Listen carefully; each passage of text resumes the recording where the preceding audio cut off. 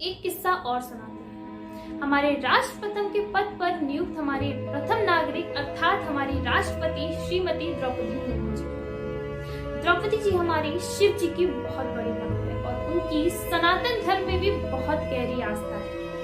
अपनी आस्था के चलते रायरंगपुर में स्थित एक शिव मंदिर में वह रोज जाकर वहां संपूर्ण मंदिर परिसर की पहले साफ सफाई करती और उसके बाद अपनी आराधना करती। स्वच्छता को लेकर उनका संकल्प बहुत ही ज्यादा दृढ़ है और वर्ष 1997 में पार्षद बनने के बाद जब वह रायरंगपुर में स्वच्छता समिति के उपाध्यक्ष के पद के लिए नियुक्त की गई, तब वह रोज सुबह से उठकर सड़कों पर सिर्फ ये देखने के लिए मुस्तैद रहती थी कि आखिर साफ सफाई का काम ढंग से हो रहा है या नहीं। ये किस्सा मैंने आपको सिर्फ सुनाने के लिए नहीं सुनाया बल्कि कुछ सिखाने के लिए सुनाया।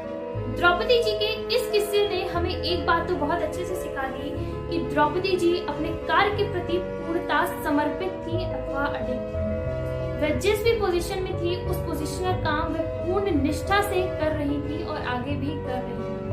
अगर हमें भी अपने लाइफ में सक्सेसफुल होना है, हमें भी अपनी लाइफ में कुछ बड़ा करना है, तो हमें भी अपने कार्य के प्रति पूर्णतः समर्पित होना पड़ेगा, उसके प्रति अडिग रहना पड़ेगा, उसके लिए काम करते रहना पड़ेगा।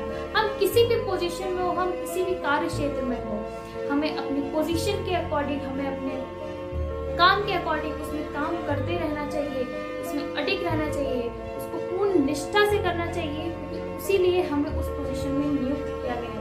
अगर हम उस काम को पूर्ण निष्ठा से नहीं करेंगे, जैसे द्रौपदी जी को उपाध्यक्ष बनाया गया था स्वच्छता समिति का, तो उन्होंने अपना काम सुबह से उठकर वह ये देखने जाती थी कि उनकी साफ सफाई का जो काम है वो सही से हो रहा है या नहीं हो रहा, सड़कें सही से साफ हो रही है कि नहीं हो रही। उसी प्रकार आपका कोई भी काम हो, आप चाहे वर्किंग प्रोफेशनल हो, बिजनेसमैन हो, स्टूडेंट हो, हाउसवाइफ हो, कोई भी काम हो, जब तक आप उस काम में अपना बेस्ट देने की कोशिश नहीं करेंगे तब तक आप सक्सेसफुल नहीं होंगे, तब तक आप ग्रो नहीं कर पाएंगे। एक एग्जांपल से इसको समझते हैं। अगर आप एक व्यापारी हैं तो व्यापारी का सबसे बड़ा काम क्या होता है? अपने व्यापार को संभाल कर रखना और उसे आगे बढ़ाना, उसे ग्रोथ कराना।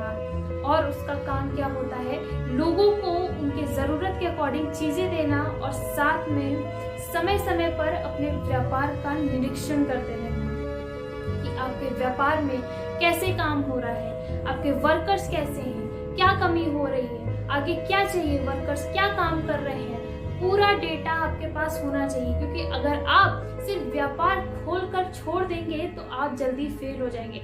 अगर आप व्यापार कर रहे हैं और अगर चाहे आप स्टूडेंट भी हैं तो हमें अपनी शिक्षा पे, हमें अपनी पढ़ाई पे नजर रखनी पड़ेगी, हमारा काम कितना हुआ है, हमें और कितना पढ़ना है। अगर आप व्यापारी हैं तो आपको अपने व्यापार में पूर्ण नजर रखनी पड़ेगी कि आपका काम कितना हो रहा है, आपको कितना काम और करना है, आपको कितनी प्रोग्रेस और करनी है।